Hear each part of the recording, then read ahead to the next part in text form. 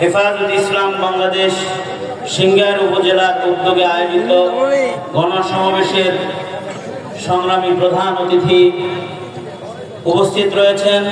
হেফাজত ইসলাম বাংলাদেশের সংগ্রামী নেতৃবৃন্দ, মুরব্বীদের উপস্থিতিতে হেফাজতের আজকের এই গণসমাবেশ হেফাজতের অধিকার, হেফাজতের কথা বলবার জন্যে, হেফাজত ইসলামের ডাক আপনাদের কানে পৌঁছে দেবার জন্যে হেফাজত ইসলাম বাংলাদেশের সিংগাইরের উলামায়ে কেরামের মেহনতের একটি আয়োজন। আজকে হেফাজত ইসলামের কোন সমাবেশ সিংগাইর হবে তো দূরের কথা, হেফাজত ইসলামের সাধারণ একজন নেতাকে, সাধারণ একজন কর্মীকে ওয়াজ করতেও বাধা দিয়েছে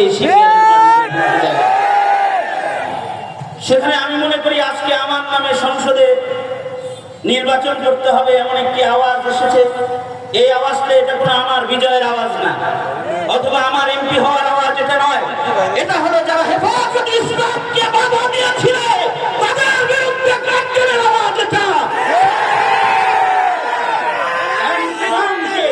হেফাজত ইসলামকে দেশ থেকে তাড়িয়ে দেওয়ার স্বপ্ন যারা দেখেছিল, উলামায়ে কেরামদেরকে যারা জেলের তালাবদ্ধ করে রেখেছিল, উলামায়ে কেরামের জবানে যারা তালা দিয়ে তাদের মুখ বন্ধ করার চেষ্টা যারা করেছিল, তাদের কানে আজকে বলিষ্ঠ আওয়াজ হলো এটার একটি জবাব আর উত্তর মাত্র। অবশ্যই মুরব্বীরা যা করবেন বলবেন, আমরা সবসময় মুরব্বীদের নির্দেশেই চলি। জেল যে থাকতে রাজি আছি মুরব্বীদের নির্দেশে, জীবন দিতে রাজি রয়েছে মুরব্বীদের নির্দেশে।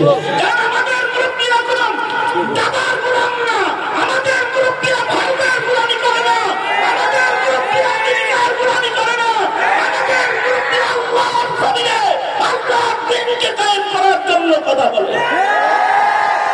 আমার সিংগাইরের মাটিও মানুষ যারা শাহাদাত বরণ করে হেফাজতের আন্দোলনে অংশগ্রহণ করেছে, যারা ঘাম ঝরে হেফাজতকে সামনে বাড়িয়ে নেওয়ার জন্য সংগ্রাম করে আজকে এই জায়গায় গণজমায়েত হয়েছে, তাদেরকে বলবো, আমাদের মুরব্বীদেরকে শুধু আমরা এটা বলতে চাই, হেফাজত ইসলামের যে কোনো কর্মসূচি দেশের স্বার্থে, বৈষম্য দূরীকরণের স্বার্থে, ইসলামের স্বার্থে, দ্বীনের জন্য, নবীর ইজ্জত রক্ষার জন্য আপনারা যখন যেভাবে ডাকবেন, ঢাকার সবচেয়ে পাশের এলাকা থেকে আমরা সর্বোচ্চ কুরবানি দিতে প্রস্তুত রয়েছি ইনশাআল্লাহ।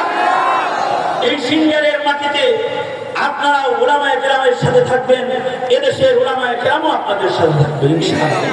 উলামায়ে কেরামের দ্বারা কোনো জুলুম হবে না, অত্যাচার হবে না, এই আশাবাদ ব্যক্ত করেই আমি আপনাদের কাছ থেকে আমার সভাপতির বক্তব্য শেষ করে প্রধান অতিথিকে আমন্ত্রণ জানাতে চাই, যাকে এক নজর দেখার জন্য বাংলাদেশের সর্বত্র ভিড় হয়।